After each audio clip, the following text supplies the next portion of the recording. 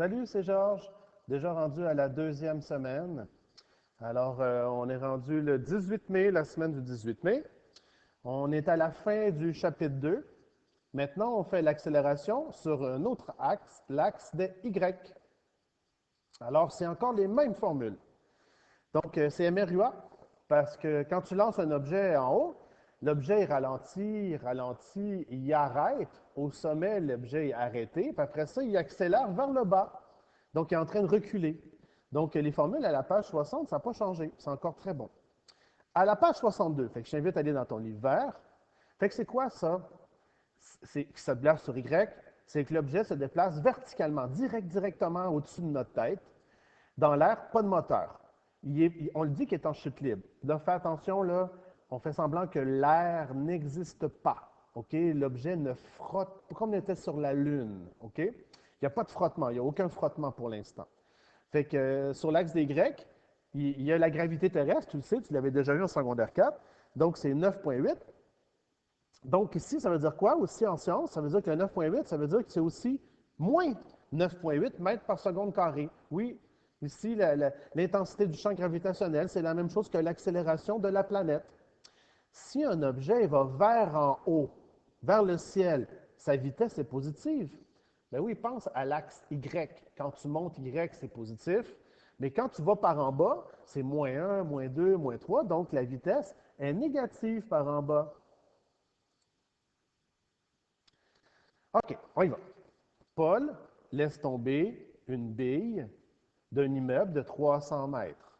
Fait que je t'invite à faire un dessin. Tu l'imagines, Paul, il est en haut ici, puis il est en haut de la bâtisse de 300 mètres. OK? Et il laisse tomber une bille de haut de l'immeuble. Fait qu'il est en haut, il n'y a pas de vent, il n'y a pas d'air, il laisse tomber. Durant la chute, la vitesse de la bille est positive ou négative? Ben, elle va être négative parce qu'il est en train d'aller vers en bas. Quelle sera la vitesse après 5 secondes?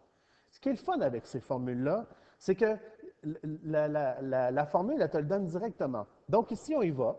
Je t'invite à écrire VI, VF, A, delta X, delta T, comme la semaine dernière. Fait que c'est quoi la vitesse initiale de la bille? C'est 0. On ne sait pas sa vitesse finale à la cinquième, on ne sait pas. On n'a aucune idée. Mais on sait qu'on est sur la Terre. On ne sait pas combien de mètres qu'il fait, puis où il est rendu, puis on ne sait pas ici, on sait combien de temps. Donc, OK, je n'ai pas delta x, donc je prends la troisième formule. C'est quoi la troisième formule? C'est VF moins VI est égal à A fois le temps. Puis je remplace. Donc ici, quelle sera sa vitesse après 5 secondes? Donc c'est VF qu'on cherche. On cherche VF. Donc VF moins 0, moins 9,85. Si tu remplaces comme faux, ça donne moins 49. Pourquoi c'est négatif? Bien, la vitesse est négative parce que là, la bille est en train d'aller en bas.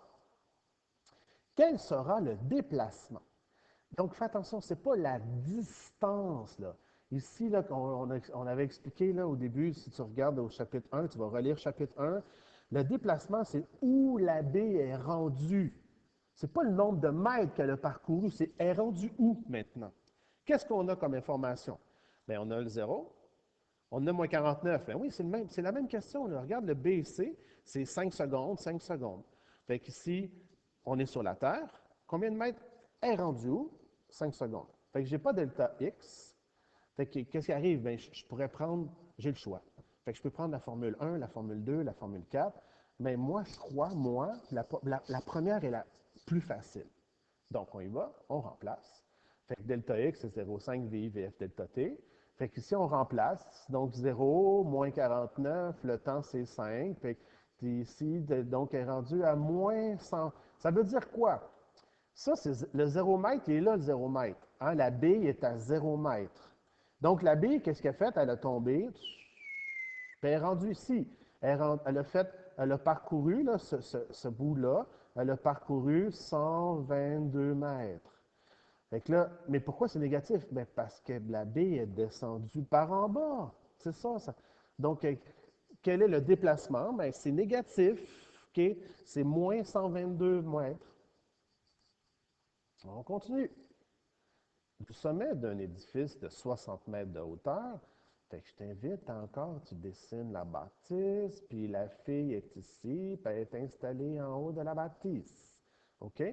Emma lance une balle verticalement vers le haut à une vitesse. Fait que tu imagines, la fille, elle lance la balle, elle monte, la balle, elle arrête, puis après ça, la balle, elle revient, puis elle descend, puis elle touche le sol.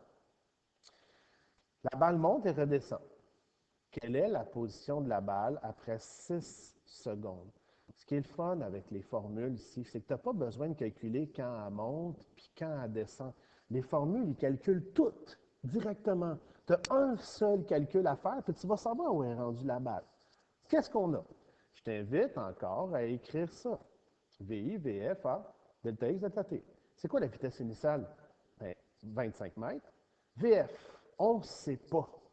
La balle, là, on ne sait pas. Est-ce qu'elle est rendue là, la balle? Est-ce qu'elle est rendue là? Est-ce qu'elle est là? Est-ce qu'elle est là? Est-ce qu'elle est là? Est-ce qu'elle est là? On n'a aucune idée. On ne sait pas c'est quoi sa vitesse à la balle. On ne sait pas. Mais on est sur la Terre, puis on a 6 secondes. Donc, je n'ai pas VF. Quelle formule je vais prendre? Je vais prendre la deuxième. Fait que j'écris la formule, je remplace. OK, delta X, c'est 25 fois 5, ça donne 125. Parfait. 0,5 en delta T2, fait que je remplace, fait que 6 au carré, moins 9,8. Fait que tout ça ici, ça donne moins 176. Donc 125, moins 176, 51,4. Donc, elle est rendue où la balle? Bien, monsieur, la balle est à peu près ici, là, et dans ce coin-là, parce que tu sais, quand j'ai écrit que la bâtisse ici, elle mesurait 60 mètres.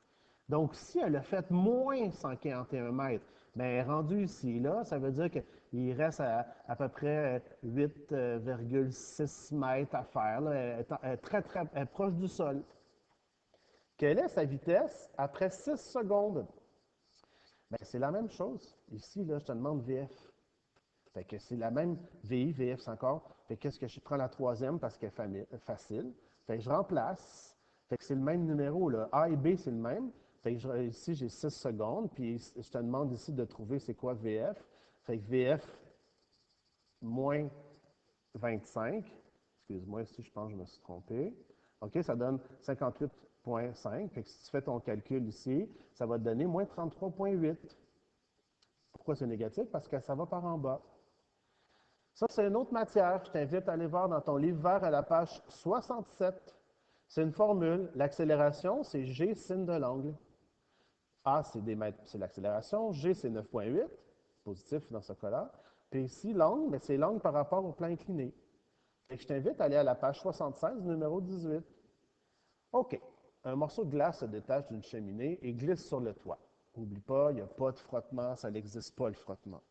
La pente est 25 degrés. C'est quoi son accélération? Bien, A, c'est G sin de l'angle. Tu es capable de trouver l'accélération du morceau de glace. Quelle sera la vitesse après 2 secondes si la vitesse de départ est 4,9?